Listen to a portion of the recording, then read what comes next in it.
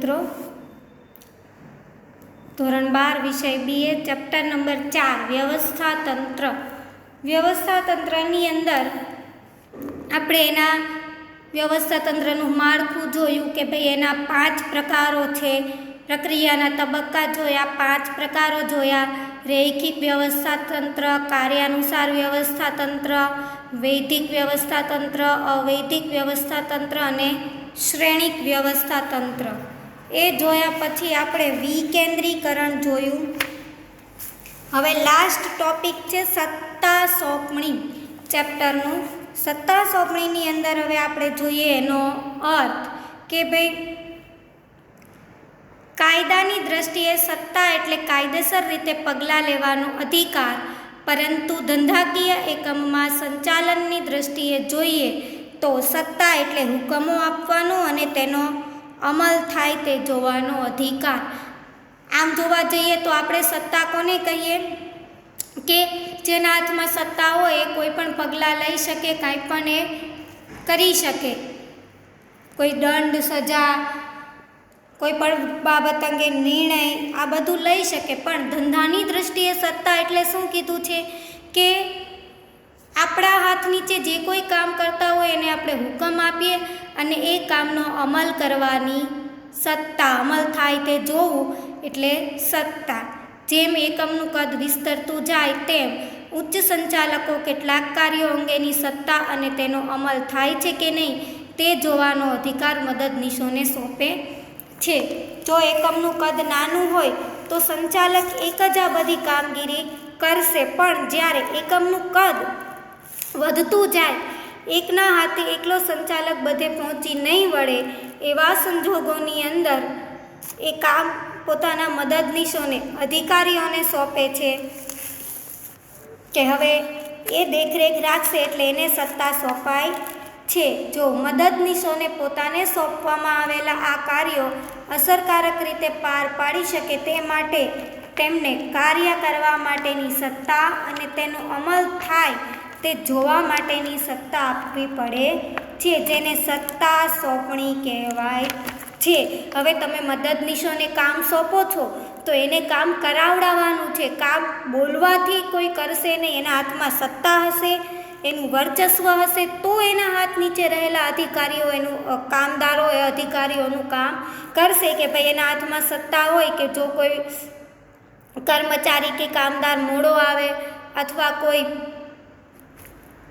કામના સમયે બેસી રહેતો હોય, કામ બરાબર નહીં કરતો હોય તો એને સજા આપવાની, શિક્ષાત્મક રૂપે પગલાં લેવાની સત્તા એના હાથમાં હોય તો બધા કર્મચારીઓ સારી રીતે કાર્ય કરશે. એને સત્તા સોંપણી કહેવાય. સામાન્ય અર્થમાં સત્તા સોંપણી એટલે કાર્યની બીજાને સોંપણી કરવી અને તે કાર્ય કરવા માટેની સત્તા આપવી. અહીંયા તમને વ્યાખ્યા પૂછાય જ છે, સત્તા સોંપણી એટલે શું? તો ખાસ યાદ રાખજો સત્તા સોંપણીની વ્યાખ્યા. ત્યાર પછી આવે છે લુઈસ એલન. તમને એમ પણ પૂછાય છે કે લુઈસ એલનના જણાવ્યા મુજબ સત્તા સોંપણી એટલે શું?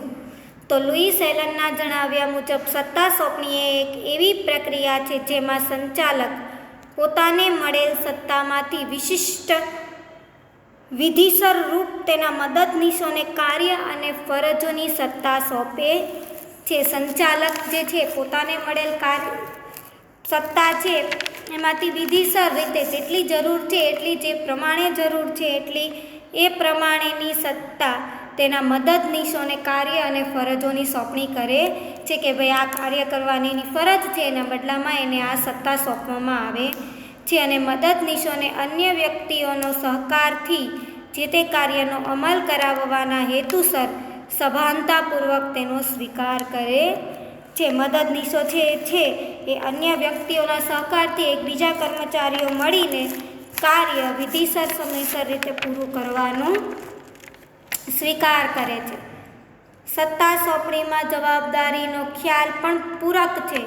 મદદનીશોને સત્તા આપી દેવાથી તે કાર્યના અમલ માટે મદદનીશો જવાબદાર રહે છે, પરંતુ કાર્યના પરિણામનું અંતિમ ઉત્તરદાયિત્વ અધિકારીઓનું જ રહે છે. એટલે કે સત્તા સોંપણી એ જવાબદારીઓમાંથી છૂટવાનો માર્ગ નથી. તમે મદદનીશોને સત્તા આપો એટલે એ કાર્યનો અમલ માટે જવાબદાર છે. પછી એનું સારું ખરાબ જે કાંઈ પરિણામ આવે એ પરિણામ તો ઉચ્ચ અધિકારીઓનું એટલે કે સંચાલકોનું જ છે, કે જેમને એને સત્તા સોંપી છે. એ લોકો તો ફક્ત સત્તાનો અમલ કરાવડાવશે. ફાયદો થાય કે નફો થાય, અંતે પરિણામ તો ભોગવવાનો ઉચ્ચ સંચાલકોને જ છે. સત્તા સોંપણી એ જવાબદારીમાંથી છૂટવાનો માર્ગ નથી. હા, સત્તા સોંપણીથી કામનું ભારણ ઓછું થાય છે, બરાબર.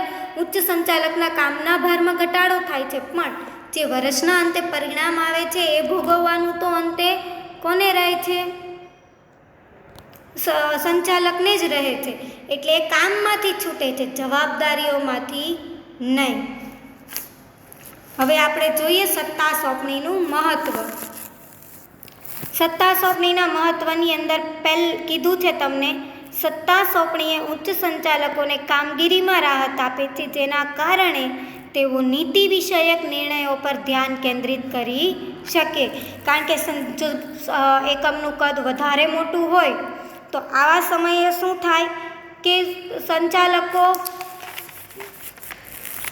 કામ વધી જાય. જો એ પોતાની સત્તા મદદનીશોને નહીં સોંપે, અધિકારીઓને નહીં સોંપે, તો એને એ પણ જોવાનું, બીજું ધંધાના બીજા કાર્યો પણ જોવાના. આમ એનું કાર્ય ઘણું વધી જાય. એટલે એનો કાર્યભાર ઘટાડવા માટે એ સત્તા સોંપણી કરે છે, કે જેનાથી મહત્ત્વના નીતિ વિષયક નિર્ણયો પર સંચાલકો ધ્યાન આપી શકે, એને સંચાલકો મહત્ત્વ આપી શકે. એટલે એના પર એ ધ્યાન રાખે છે.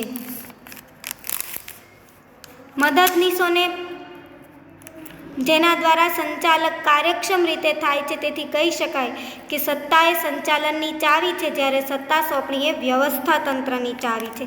સત્તા સોંપણી કરવાથી વ્યવસ્થા જળવાય છે, બરાબર રહે છે, કે ભાઈ આના હાથ નીચે આટલા કર્મચારી, આના હાથ નીચે આ કર્મચારીઓ, પણ એક વ્યવસ્થા તંત્રની ચાવી કહેવાય, જ્યારે સત્તા એ સંચાલનની ચાવી કહેવાય. તમને આ પૂછાય છે. હવે એના મહત્ત્વના મુદ્દા જોઈએ. પહેલો મુદ્દો છે કાર્યક્ષમ સંચાલન. સત્તા સોંપણીના કારણે એકમની ઉચ્ચ સપાટીએ કામ કરતા અધિકારીઓની કામગીરીઓમાં ઘટાડો થાય છે. રોજિંદા કાર્યની સોંપણી અન્ય સપાટી પર સોંપવામાં આવતી હોવાથી ઉચ્ચ સપાટીના સંચાલકો મહત્ત્વના વિષયો પર ધ્યાન આપી શકે, જેને કારણે સંચાલનનું કાર્ય અસરકારક બને છે. ઉચ્ચ સપાટીના, મેં હમણાં જ કીધું એમ કે ઉચ્ચ સપાટીના કાર્યમાં ઘટાડો થાય છે, જેથી જે મેઇન મહત્ત્વનું કામ છે એમાં સંચાલકો ધ્યાન આપે, અને બાકીના જે કાર્યો છે આ બાકીના કાર્યો પર મદદનીશો ધ્યાન આપે. એટલે આ મેઇન મહત્ત્વનો મુદ્દો અહીંયા છે કે જે સંચાલન છે જે અસરકારક રીતે થઈ શકે, કાર્યો અસરકારક રીતે થાય, સત્તા સોંપણી પણ અસરકારક રીતે થઈ શકે. બીજો મુદ્દો છે કર્મચારી વિકાસ.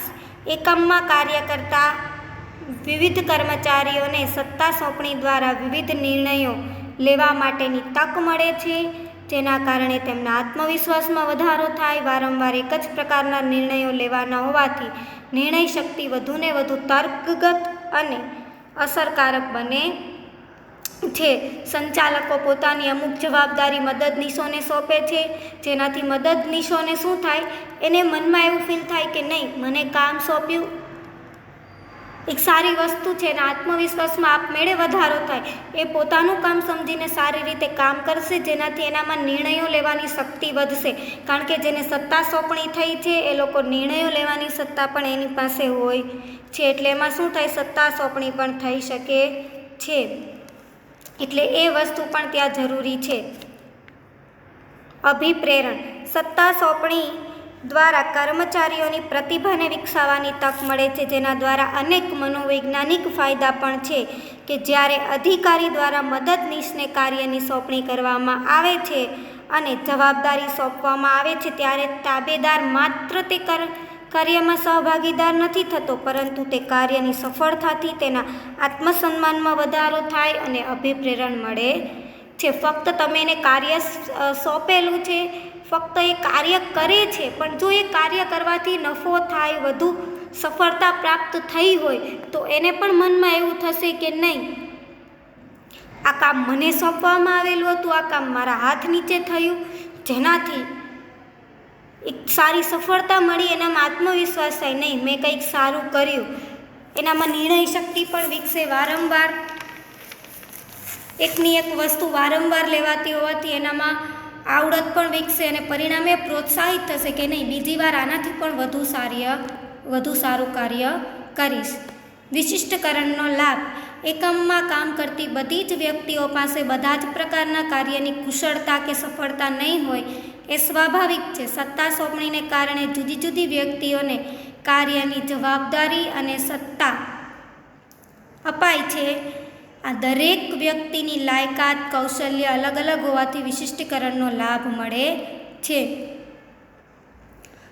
આપણે જાણીએ છીએ કે એકમમાં તો ઘણા બધા વ્યક્તિઓ કામ કરતા હોય, પણ આ બધા જ વ્યક્તિઓ પાસે બધા જ પ્રકારની કાર્યક્ષમતા નહીં હોય.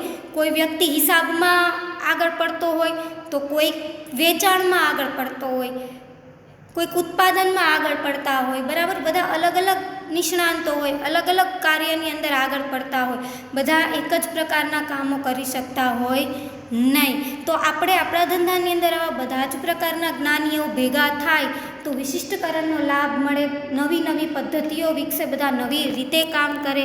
એટલે ધંધાની અંદર દરેક વ્યક્તિની લાયકાત અલગ અલગ હોય, એના કૌશલ્ય, એની આવડત અલગ અલગ હોવાથી ધંધાને બધા જ પ્રકારનો લાભ મળે છે. નવીનતા આવે છે, વિશિષ્ટકરણનો લાભ મળે છે.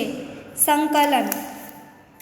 સત્તા સોંપણીને કારણે મદદનીશ અને ઉપરી અધિકારી જેવા સંબંધો સ્થપાય છે કે ભાઈ આ કામદારો છે અને આ ઉચ્ચ અધિકારી છે, આ બંને અધિકારીઓ બંને વચ્ચે સંબંધ સ્થપાય છે. તળ સપાટીના કર્મચારીને પોતાના કાર્યના નિર્ણય લેવા માટેની સ્વતંત્રતા મળે છે, તેના સૂચનો અને સફળતાની નોંધ લેવાય છે અને તેનો અભિપ્રાયોને પણ ચોક્કસ સ્થાન મળે છે. તેથી એકમના આંતરમાળખા સ્તરીય સંબંધો વિકસે છે, જેના કારણે સંકલનનું કાર્ય અસરકારક રીતે થાય છે. તળ સપાટીના કામદારોને પણ નિર્ણય લેવાની સત્તા મળે છે, એટલે એના અને અધિકારીઓ વચ્ચે એક સારા સંબંધો વિકસે છે. કર્મચારીઓના મંતવ્યોને, એના વિચારોને, એના અભિપ્રાયોને પણ સ્થાન આપવામાં આવે છે, જેથી કરીને એક સારો એવો સંબંધ ઉપરી અધિકારી અને કામદારો વચ્ચે વિકસે છે, જેથી સંકલન પણ વ્યવસ્થિત રીતે થાય, એક શિસ્તનું વાતાવરણ ઊભું થાય. જ્યાં શિસ્ત વધુ પ્રમાણમાં હોય એ ધંધો હંમેશા સફળ જાય. વિસ્તરણની તક.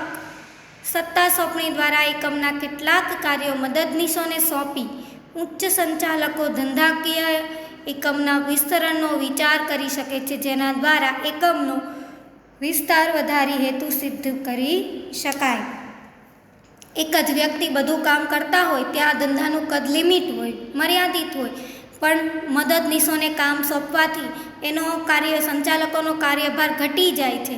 તો એ વિસ્તરણ વિશેનો વિચાર કરી શકે છે કે નહીં, હજી હું મારા ધંધાનું થોડુંક મોટું કદ કરું તો સારી રીતે સફળતા પ્રાપ્ત થશે, કે જેથી વધારીને વધુ ધ્યેય સિદ્ધ કરી શકાય. આમ વિસ્તરણની તક પણ વિકસે છે. આમ સત્તા સોંપવાથી આટલા બધા ફાયદાઓ થાય છે. આ બધા જ સત્તા સોંપણીના ફાયદાઓ છે. હવે નેક્સ્ટ વિડીયોની અંદર આપણે સત્તા સોંપણીના મૂળ તત્વો જોઈશું, જે લાસ્ટ ટોપિક છે, 3 મૂળ તત્વો. જે અત્યારે આટલું રાખીએ. સત્તા સોંપણી, એનું મહત્ત્વ. કંઈ નહીં સમજાયું હોય તો વોટ્સઅપ મેસેજ દ્વારા પૂછજો. હવે એક લાસ્ટ ટોપિક જ બાકી છે આ ચેપ્ટરનો, પછી આયોજનવાળું ચેપ્ટર સ્ટાર્ટ કરીશ. આમાં કંઈ નહીં સમજ પડી હોય તો વોટ્સઅપ મેસેજ દ્વારા પૂછજો. અસ્તુ. આભાર.